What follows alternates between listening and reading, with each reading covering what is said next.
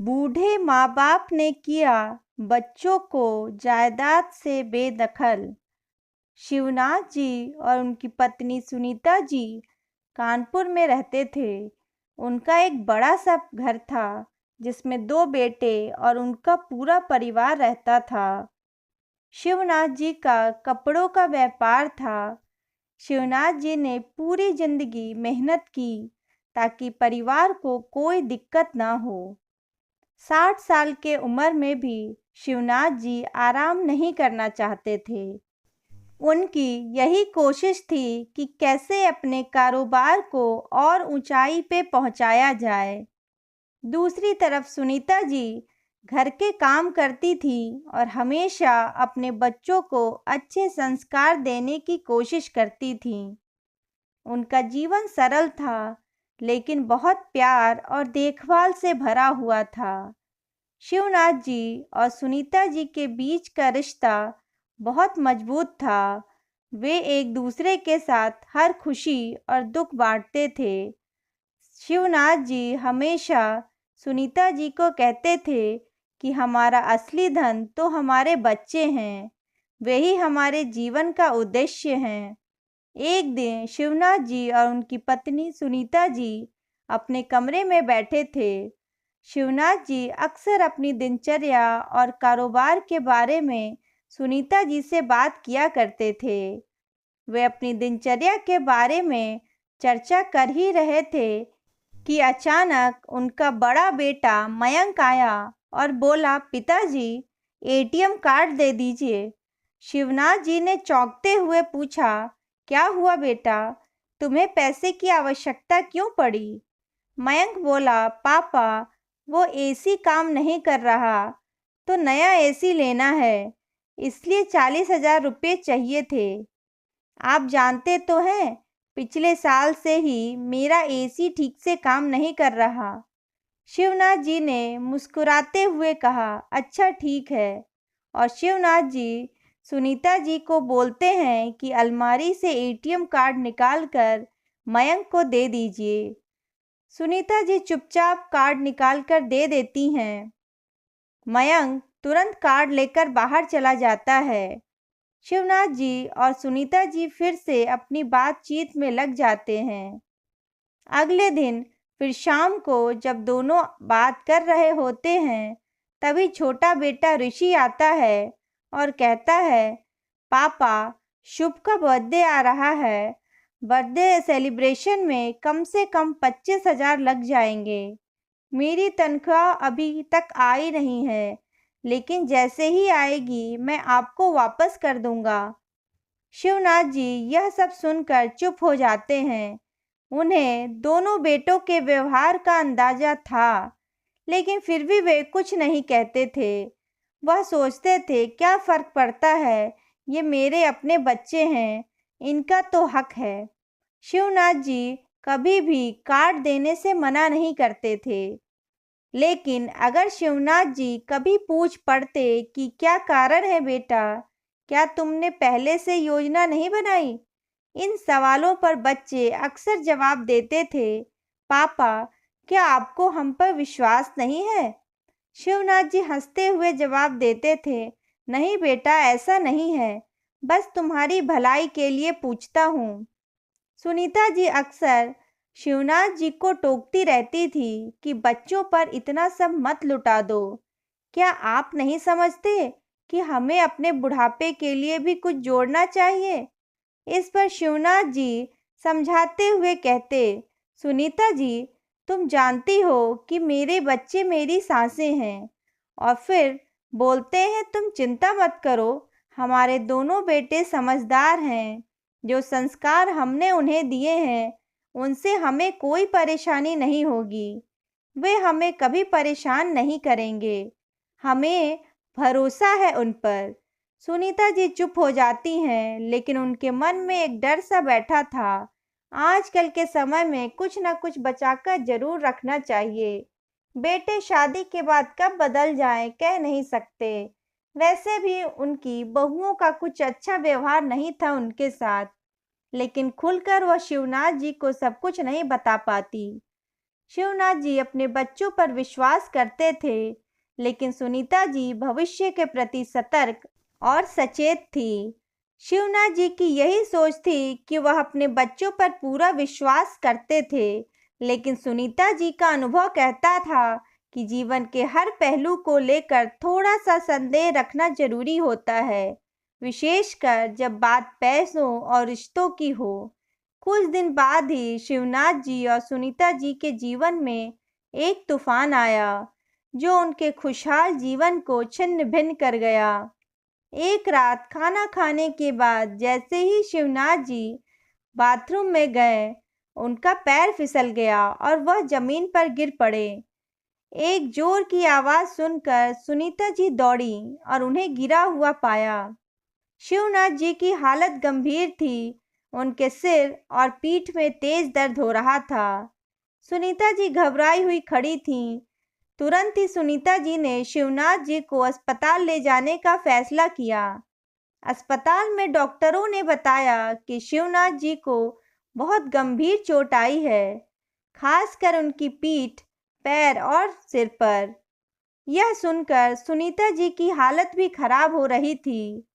शिवनाथ जी को आईसीयू में ले जाया गया। सुनीता जी पूरी तरह से नर्वस हो गई थीं। अस्पताल के वातावरण में कुछ भी सुनाई नहीं दे रहा था, सिर्फ शिवनाथ जी की आवाज उनके कानों में गूंज रही थी। सुनीता जी अपनी आंखें बंद कर शिवनाथ जी के बारे में सोचने लगी।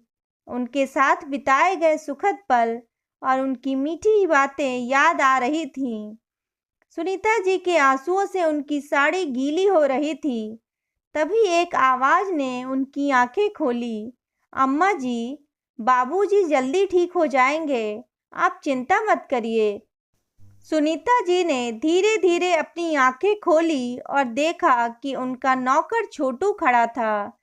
दरअसल सुनीता जी ने रसोई और दूसरे कामों के लिए एक नौकर छोटू रखा हुआ था, ताकि बहू पर काम का बोझ ना पड़े, और फिर इस उम्र में वह खुद भी तो ज्यादा काम नहीं कर सकती थी।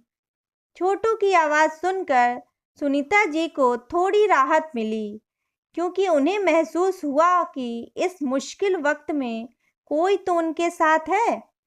छोटू के साथ उनकी बातचीत से उन्हें थोड़ी उम्मीद और हौसला मिला। छोटू ने कहा, अम्मा जी, सब लोग घर चले गए थे और मुझे लगा कि आप अकेली हॉस्पिटल में हैं, इसलिए मैं हॉस्पिटल आ गया। सुनीता जी ने कुछ पल के लिए राहत महसूस की। उनकी आंखों में अब भी शिवनाथ जी के लिए चिंता थी, लेकिन छोटू के इस सहारे से उन्हें थोड़ा आराम मिला था। उन्हें यकीन था कि शिवनाथ जी जल्दी ठीक हो जाएंगे और वह दोनों फिर से एक दूसरे के साथ खुशहाल जीवन जी पाएंगे। यह सोचकर सुनीता जी को थोड़ी हिम्मत मिली और उन्होंने खुद को संभाला। सुनीता जी परेशान थी, लेकिन अपने पति के सामने घबराने की बजाय उन्होंने शिवनाथ जी का हमेशा हौसला बढ़ाया। कुछ दिनों बाद जब शिवनाथ जी को अस्पताल से छुट्टी मिली, तो यह देखा गया कि वह पहले जैसे चलने फिरने में सक्षम नहीं थे। अब वह व्हील चेयर पर बैठने लगे थे। घर लौटने के बाद सुनीता जी ने महसूस किया कि उनका घर अब पहले जैसा नहीं रहा था। जो लोग कभी घर के मुख्य स्तंभ हुआ करते थे, वही अब अपनों के बीच असहाय महसूस करने लगे थे। बच्चों और बहुओं का व्यवहार भी बदल गया था। बेटों ने तो इनडायरेक्ट कह भी दिया था कि मम्मी, पापा अब ठीक नहीं हो सकते, तो उनको उनके हाल पर छोड़ दीजिए, और नहीं तो आप खुद उनका ध्यान रखिए, हमारे पास समय नहीं है। यह सुनकर सुनीता जी का दिल बहुत टूट गया था, लेकिन उन्होंने अपने दुख को अंदर ही दबाए रखा। एक दिन जब छोटू शिवनाथ जी को स्नान करवा रहा था, तब सुनीता जी ने अपनी बड़ी बहू निशा से कहा, बेटा, पापा के लिए उपमा बना दो, पापा को दवाई खाने में देर हो रही है। निशा ने जवाब दिया, मम्मी जी, घर में और भी बहुत सारे काम हैं। मैं अभी बच्चों का टिफिन पैक कर रही हूँ, आप खुद ही बना लीजिए। निशा का यह जवाब सुनीता जी के दिल को बहुत चुभा, लेकिन वह चुप रहीं। एक दिन शिवनाथ जी की दवाई खत्म हो गई थी और छोटू को फीवर था। तब सुनीता जी ने मयंक से पापा के लिए दवा लाने को कहा, तो वह उनकी बात को इग्नोर करके ऑफिस चला गया और ऋषि ने तो सुनीता जी का कॉल ही नहीं उठाया। अक्सर उनके बेटे बहू कहते, अब पापा का इलाज करवाना बेकार है, वह ठीक नहीं हो सकते। यह सुनकर सुनीता जी का दिल टूट जाता था, लेकिन उन्होंने अपनी भावनाओं को अपने अंदर ही दबा लिया था। एक दिन जब सुनीता जी कमरे में आईं, तो देखा कि शिवनाथ जी की आंखों में आंसू थे। शिवनाथ जी ने कहा, मैंने हमेशा अपने दोनों बेटों को अपने बुढ़ापा की लाठी समझा था, लेकिन आज वही बेटे हमें लाचार छोड़ गए। सुनीता जी ने उन्हें चुप कराया और आश्वासन दिया। एक दिन रूटीन चेकअप के लिए जब शिवनाथ जी को हॉस्पिटल जाना था, तब बेटे हॉल में बैठे थे। तब सुनीता जी ने दोनों बेटे से कहा, तुम्हारे पापा को अस्पताल ले जाना है, उनका चेकअप करवाना है। मयंक ने कहा, माँ मेरे पास समय नहीं है, ऑफिस में बहुत काम है। ऋषि बोला, माँ घर में पैसे की बहुत कमी है, आप छोटू से कहिए वह ऑटो बुलाकर ले जाए। सुनीता जी का दिल और भी टूट गया, लेकिन उन्होंने कुछ नहीं कहा।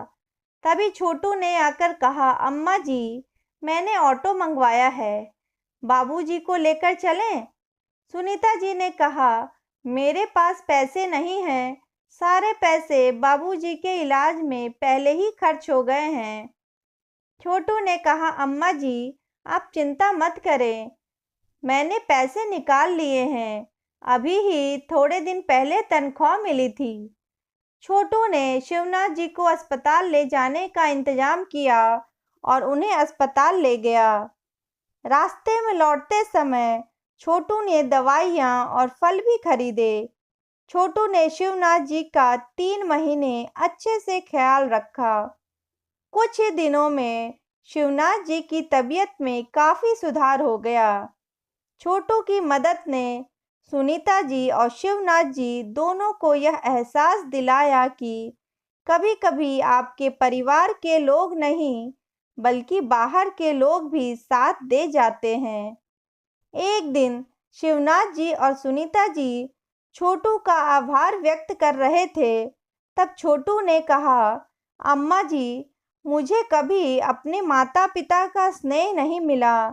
बचपन में ही मेरे माता पिता नहीं रहे, दादी ने मुझे पाला, लेकिन भगवान की कृपा कि आप दोनों मुझे मिले और आप दोनों ने मुझे माता पिता की तरह प्यार दिया है। अब मैं आपको अपनी माँ और पापा ही मानता हूँ। सुनीता जी की आंखों में आंसू थे और वह सोचने लगी कि कभी-कभी सच्चा प्यार और सहारा अपने परिवार से नहीं, बल्कि दूसरों से भी मिल सकता है। जब तबीयत थोड़ी अच्छी हुई तो एक दिन शिवनाथ जी ने छोटू को बोला कि सबको हॉल में बुलाए। थोड़ी देर में सभी हॉल में आ गए। मयंक और ऋषि दोनों साथ में बोले, क्या पापा आपको तो कोई काम धंधा नहीं है, लेकिन हमें बहुत काम है, बिना मतलब हमें परेशान करते रहते हैं। तभी थोड़ी ही देर में सभी ने देखा कि एक वकील आया और शिवनाथ जी के पास जाकर बैठ गया। शिवनाथ जी के चेहरे पर गजब का आत्मविश्वास झलक रहा था। शिवनाथ जी बोले, तुम लोगों को शायद याद ना हो, आज मेरी और सुनीता की शादी की सालगिरह है। तभी छोटू केक लेकर आ जाता है। इसी अवसर पर यह सारा इंतजाम किया है। आज हमने, कहते हुए शिवनाथ जी ने सुनीता जी के साथ केक काटा। सुनीता जी को एक गिफ्ट पैक उठाकर देते हुए शिवनाथ जी बोले, यह लीजिए श्रीमती जी, आपके लिए आपकी पसंद के सोने के इयररिंग्स। दोनों बहू का मुंह खुला का खुला ही रह गया। शिवनाथ जी बेटों की तरफ देखते हुए बोले, क्या हुआ? हैरान हो गए कि इस लाचार निकम्मा बुढ़े के पास इतना पैसा कहाँ से आ गया? चलो आज आप लोगों को मैं सरप्राइज देता हूँ। शिवनाथ जी ने अपने साथ खड़े व्यक्ति का परिचय दिया। यह मेरे वकील दोस्त हैं जिन्हें मैं वसीयत का बंटवारा करने के लिए बुलाया है। तभी एक और अनजान शख्स शिवनाथ जी के पास आता है। तब शिवनाथ जी उनका परिचय देते हुए कहते हैं कि यह हैं राम प्रताप जी, जिन्हें मैंने यह मकान 2 करोड़ में बेच दिया है। इतना कहने की ही देर थी कि बेटे और बहू के सिर पर तो जैसे आसमान टूट पड़ा। लेकिन पिताजी, आप बिना हमारे रजामंदी के ऐसा कैसे कर सकते हैं? तभी बात बीच में काटते हुए शिवनाथ जी बोले, मेरी बात अभी खत्म नहीं हुई है। शिवनाथ जी ने वकील साहब को वसीयत पढ़कर सुनाने को कहा। उसमें लिखा था, मैं अपनी दुकान से अपने बेटे और बहू को बेदखल करता हूँ। उस पर आज से छोटू का हक होगा। वही अब मेरा कारोबार संभालेगा। मकान बेचने से प्राप्त आधी राशि पोते पोतियों के नाम फिक्स डिपॉजिट की जाएगी, जो उनके उच्च शिक्षा पर उन्हें मिल जाएगी, और बाकी आधी से एक छोटा मकान खरीदा जाएगा जिसमें शिवनाथ जी, उनकी पत्नी और छोटू रहेंगे। शिवनाथ जी ने कहा कि सभी को 30 दिनों का समय दिया जाता है ताकि वे कहीं और रहने का इंतजाम कर लें, क्योंकि 30 दिनों बाद राम प्रताप जी का इस घर पर अधिकार होगा। शिवनाथ जी आगे थोड़ा मायूस होते हुए बोले, मैं अभी तक इसी भ्रम में था कि मेरे 2 बेटे हैं जो मुझे और अपनी माँ को बहुत प्यार करते हैं, लेकिन मैं गलत था। क्या सचमुच ये दोनों मेरे अपने बेटे हैं? यहाँ सब अपने अपने स्वार्थ में जी रहे हैं। मैं तो इतने दिन बेवकूफ़ बना कि यहाँ सब मेरे अपने हैं, लेकिन भगवान का शुक्र कि सही समय पर मेरी आँख खोल दी और मुझे दुनिया की असलियत साफ साफ दिखाई देने लगी। अपने पिता को इस तरह मुसीबत में देखकर भी तुम्हें सिर्फ और सिर्फ पैसा ही दिखाई दे रहा था। तुम लोगों का बस चलता तो मैं कब का दुनिया से चला गया होता, लेकिन शायद मैंने कुछ अच्छे कर्म किए होंगे कि मुझे छोटू जैसा बेटा और सुनीता जी जैसी पत्नी मिली। मेरी पत्नी और छोटू की सेवा का फल है जो अब मैं बिल्कुल स्वस्थ हूँ। असल में बेटे का फर्ज तो सिर्फ और सिर्फ छोटू ने ही निभाया है। ऋषि बोला, पापा, वह नौकर है और उसे नौकर की जगह पर ही रखिए। शिवनाथ जी बोले, तुम लोगों ने तो मुझे मरने के लिए छोड़ दिया था, लेकिन इसने तो मुझे जीवन दान दिया है। मेरी और मेरी पत्नी के बुढ़ापे की लाठी बना है। शिवनाथ जी बोल ही रहे थे, तभी बेटे बहू सुनीता जी के चरणों में गिर पड़े और गिड़गिड़ाते हुए बोले, हमसे बहुत बड़ी गलती हो गई। माँ, आप ही कुछ समझाइए पापा को। हम लोग आपके ही तो बच्चे हैं, फिर लोग क्या कहेंगे यह भी तो जरा सोचिए। सभी को सुनीता जी से कुछ उम्मीदें थी, लेकिन सुनीता जी उनके उम्मीद पर पानी फेरते हुए बोली, यह बात तब क्यों नहीं याद आई जब तुम लोगों के सामने लाचार होकर मैं तुम्हारे पापा की जिंदगी की भीख मांग रही थी और तुम लोग इस बात पर ध्यान भी नहीं दे रहे थे। लोग जो कहेंगे सो कहेंगे, मुझे उनकी कोई चिंता नहीं है। तुम अपना सामान बांधने की तैयारी करो। आज बेटे और बहुओं को शिवनाथ जी और सुनीता जी का रूप देखकर उनको यकीन नहीं हो रहा था। अंत में वसीयत के अनुसार ही सब कुछ हुआ और बेटे बहू को अपनी गलती का एहसास हुआ। लेकिन अब बहुत देर हो चुकी थी। कहानी कैसी लगी कमेंट में ज़रूर बताएं। वीडियो अच्छी लगी हो तो प्लीज़ लाइक करें, शेयर करें और सब्सक्राइब करना ना भूलें। धन्यवाद।